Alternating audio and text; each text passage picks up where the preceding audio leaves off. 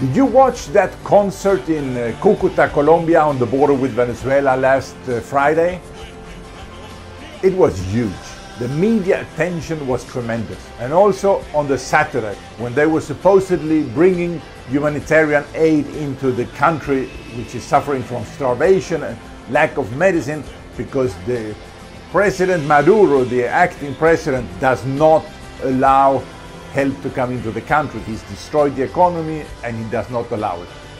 As you know, they did not allow the help in, and the authorities on the Colombian side did not allow the people to try to force it in either, because they knew that on the Venezuelan side there were snipers and violent people. The regime had put criminals with military weapons, dragged them with cocaine to shoot people who crossed. So to avoid a massacre, they did not allow people, the Colombian police did not allow people to try to cross into Venezuela.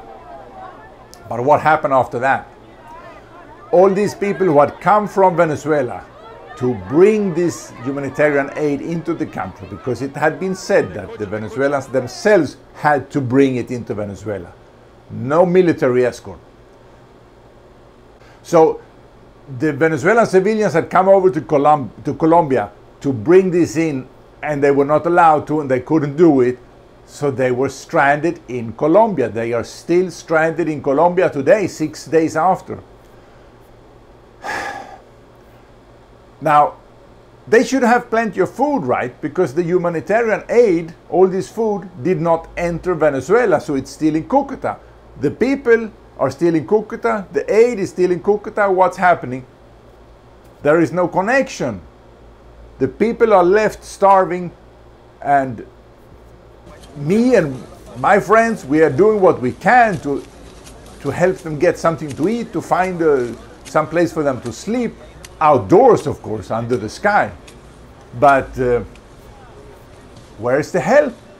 And all those donations given during the concert last Friday, where's that money? There seems to be a tremendous amount of corruption going on here, with some people stuffing their pockets full at the expense of the suffering, starving Venezuelan people. I'm sorry, but I have to say it. This is a massive disaster in terms of managing resources for humanitarian aid. Now, there is one more thing I have to tell you, and that's the Cúcuta side is only one of the two stories. The other story is on the border to Brazil, and there was virtually no foreign press there. So the regime committed a much bigger crime in that area.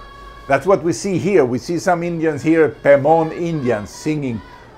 They are the ones living in that area, and the regime sent in 3,000 armed thugs, many of whom they had released from prison to do this.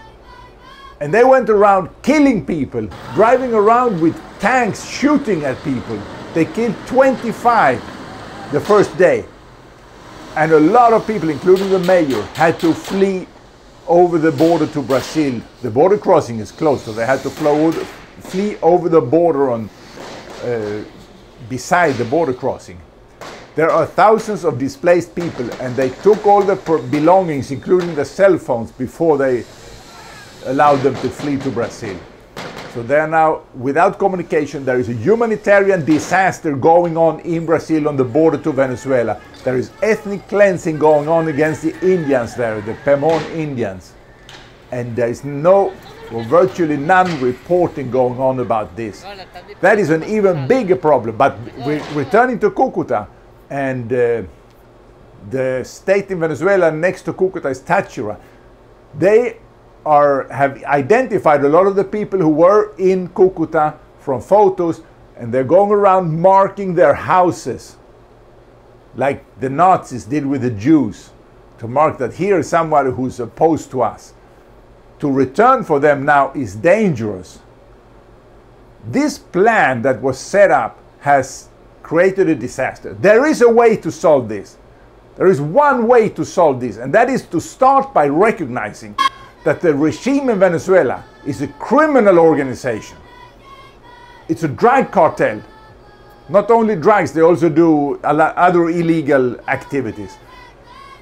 It's criminal And what do you do with criminals? You arrest them. These criminals, you have to go in and arrest them using more force than they have. Most of the military in Venezuela are not supporting this criminal band in the presidential palace. Most of the support they are getting from criminals armed with military weapons and high on cocaine. That's the opposition.